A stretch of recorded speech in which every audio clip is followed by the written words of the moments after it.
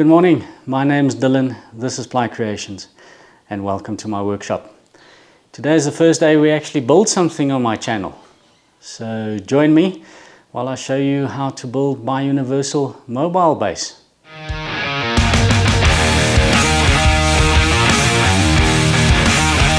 You would have seen the 3D render of what we're building today during the intro. And I'm tentatively calling it the PlyCreations Universal Mobile Base. Main reason for building it is I work out of a 2-car garage and everything is on wheels. I'm showing a time lapse of where I'm moving stuff around in my workshop. And because of my small space, I need to be able to move my machinery around, especially the heavy stuff. Some of my machines are on mobile bases that I made myself when I got them, and some of my machines are on commercially available mobile bases, specifically some of the borer bases.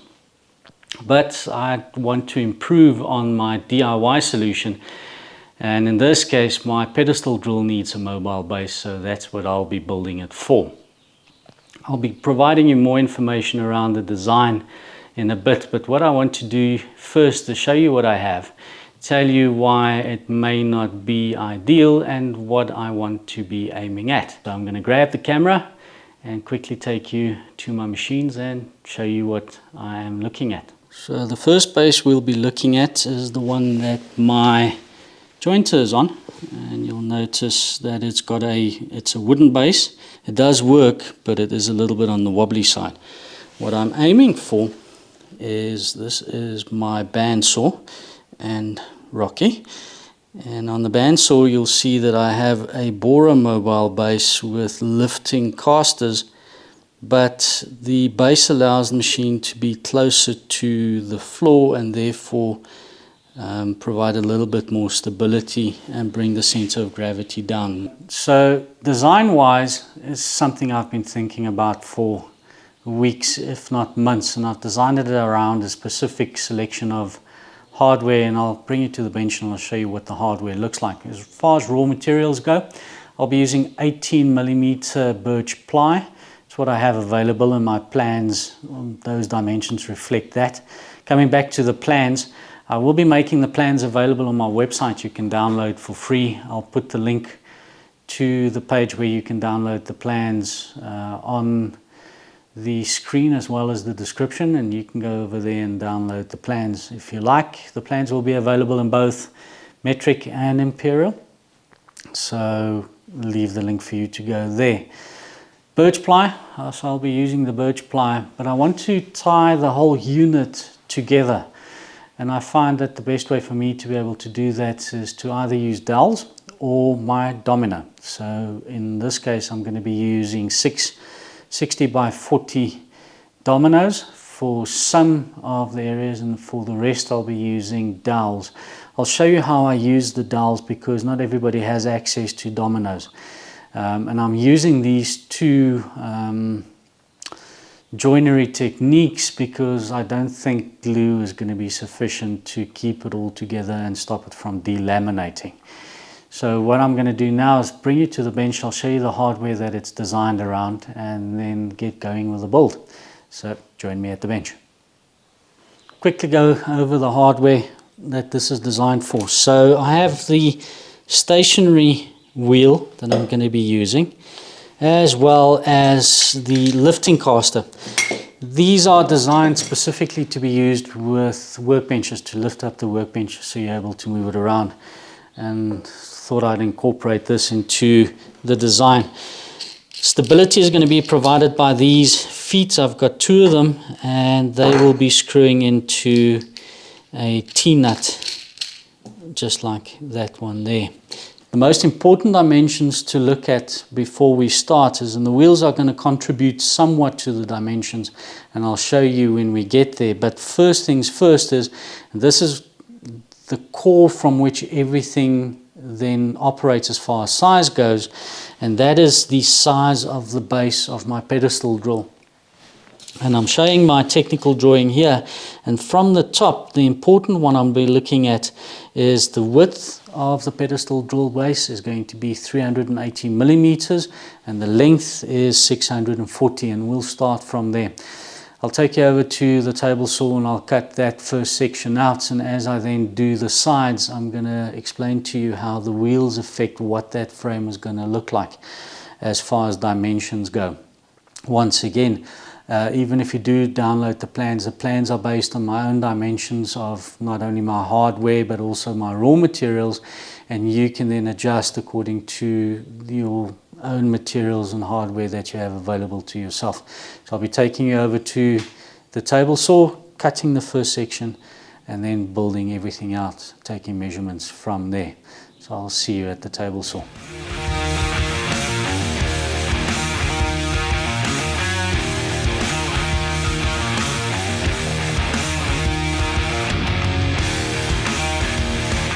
So I've got the core cut from the sheet and slightly oversized. It's not an issue as long as your machine fits onto it. Cutting undersized, that is a problem. Now we're going to be looking at the dimensions of the frame itself. And the wheel, or the dimension of the stationary wheel, now becomes important in our calculations and our dimensions as well. What I want is, and I'll show you on the other screen, is I want the bottom of the frame to be level with the bottom of the rolling base. You may recall that I said I wanted the rolling base to be relatively low to the ground. So then the distance from the ground will, and I'll show you with a pencil, will be from the bottom of the frame to the bottom of the wheel. Important then to know is the distance from the mounting base down to the bottom of the frame.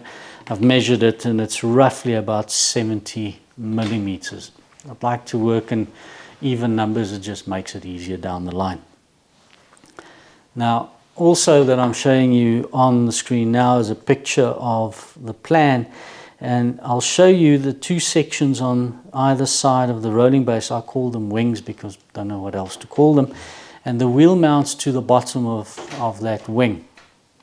So the dimension that I'm looking for is, if I want from the bottom of the wing is going to be the top of my mounting base to the bottom of the frame, 70 millimeters, I need to determine as I'm showing you on the screen now, the heights that I need to cut the stock for the frame itself. At the bottom of the base, I'm adding a doubler just to strengthen it, and it's going to be another sheet of 18 millimeters of ply. I'm going to round that up to 20 millimeters just to make my calculations a little bit easier. So the bottom there is going to be 20 mils, and added then to that, the side 50 millimeters is giving me 70 mils in total. And that's going to get me in the ballpark where I want to be. So the next step would be is to cut the side sections the same length as my base, and of course 50 mils high. The height of the front section is going to be same, 50 mils again. The back section I need to make higher, and the reason for that is the mounting base here, that section there is 90 millimeters. So I cannot do that in 50, otherwise I won't have any space in the material to put my screws through. So that needs to be brought up to 90 millimeters. So next step is I need to do the sides as well as the front section. Now the front section is going to be determined, the length of the front section. And I'm showing you again the sketch. This measurement here, if you look at it from the front, needs to take in consideration the width of my wheel, and in this case it's 60 millimeters. So it needs to be the width of my core, which I've cut, added to that my two sections of the sides of the frame, and then the wheel itself, and that's going to be the length of the front section, same height as the sides but longer to be able to accommodate the width of the wheel. So I'm going to be cutting the two sides as well as the front section back to the table saw, and I'll cut those out.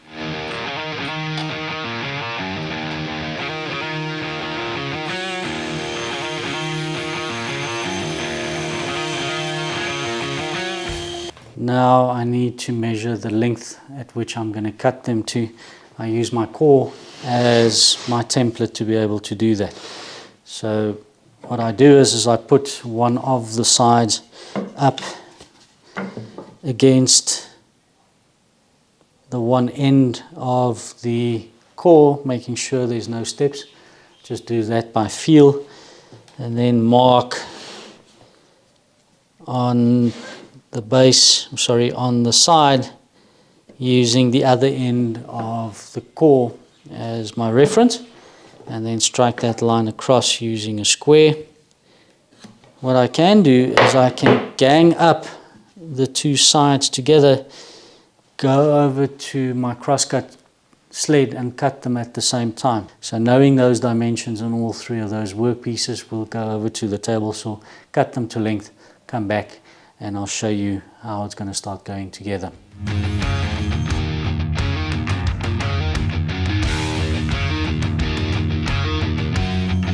So I've cut the sides to length. Quickly going to show you on the other camera what I have. If I place the sides flush with the front and back of the core, I don't feel any steps, so that means it is flush, and that is the case on both.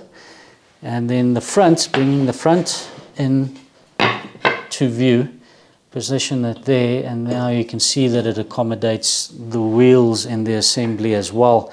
The reason I have it longer in the front is because I couldn't really figure out what the best way would be is to mount the wheels so that I don't have a small area of joinery that will receive a lot of flex and strain along the width of the rolling base.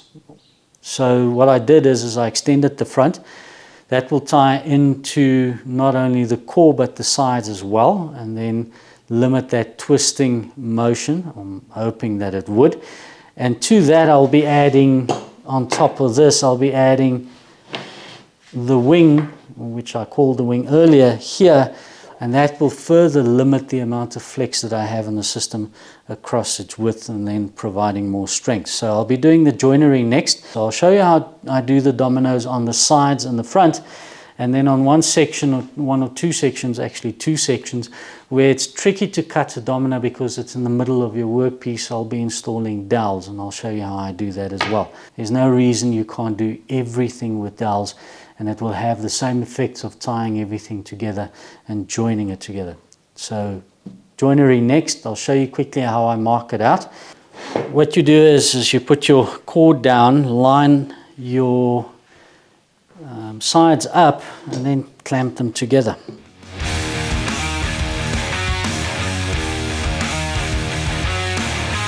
Turn the assembly around, and we simply just mark out from here. You want to keep track of which side goes where, so I just mark them without getting confused. As I use a cabinet maker's triangle across the one there and this one here, and that just tells me where each side goes and what the alignment is.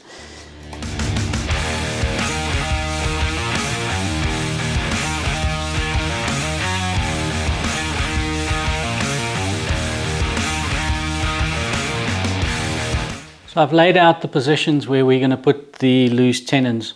Just want to do the settings on the domino machine quickly. If you look at it on the side here, this is the depth settings that it cuts the mortises in.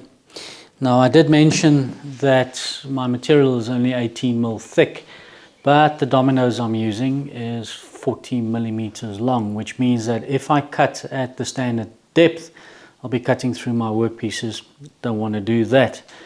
So the setting in the sides where I have less meat in the material needs to be less than on the other side. So instead of doing it 20 in depth, I come to the settings on the side and I set 15 for the thinner material, and once that is cut, I set my next cut to 25, which then means my dominoes should effectively seat full depth.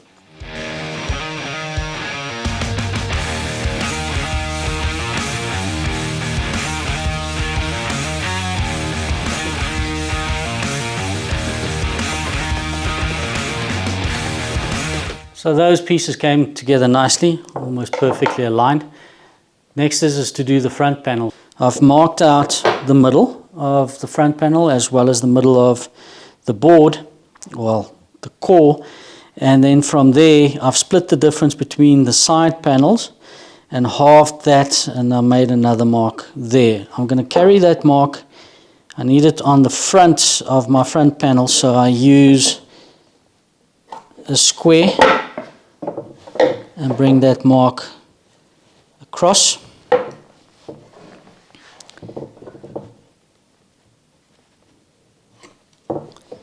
As well as the middle. I've already made a mark which represents half of the material that I'm going to be drilling into, which is going to be the core. Of course, I'm not going to see where the core is, so I cannot aim for middle. I need to mark it on the outside of the front panel, and I simply did that by using one of these rules and just measured 9 millimeters and made my mark. I do remember that the material I'm using is 18 millimeters thick, so divide that by 2 gives you 9 millimeters, and that ensures that any hole that I drill in that line, as long as I drill straight, I'll be drilling into the middle and the side of the panel I'm going into. I'm now going to proceed to clamp everything together now that I've marked out and done the layout. Clamp everything together so I keep the components in place while I drill holes for dowels, so that when I go through the glue up or busy with the glue up process, I don't have the panel slipping around on me. So clamping it together and drilling the holes. I found that in time, as you get used to drilling, you end up drilling straight, so you don't need to worry too much about drilling through the side of the opposing piece. However, if you think you might struggle, you can use a guide like this. This one is from Miles Craft. It's got metal bushings on the inside that don't get damaged by and worn out by your drill bit. This is quite a useful one to have. You might have noticed that I use a couple of Miles Craft tools and other tools, and I'll leave the links for tools in the description, or some of the tools that I've used. But I drill freehand.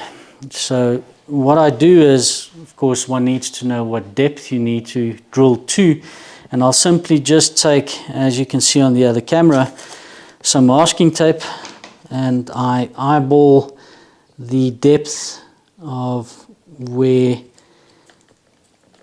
the dowel will fall and just mark it with this piece of masking tape, and then I know how deep I need to drill. Going to change the angle on the camera slightly and drill the holes and see how well the dowels fit.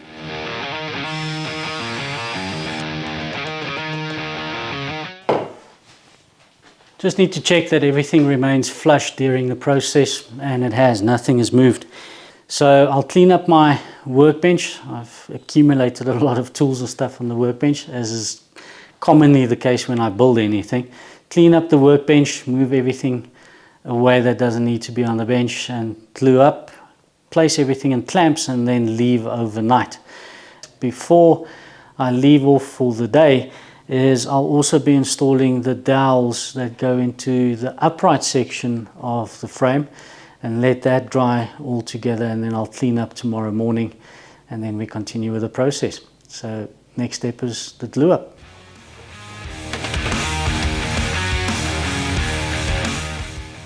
Probably one of the best tools when using Dominos, believe it or not, is a pair of pump pliers.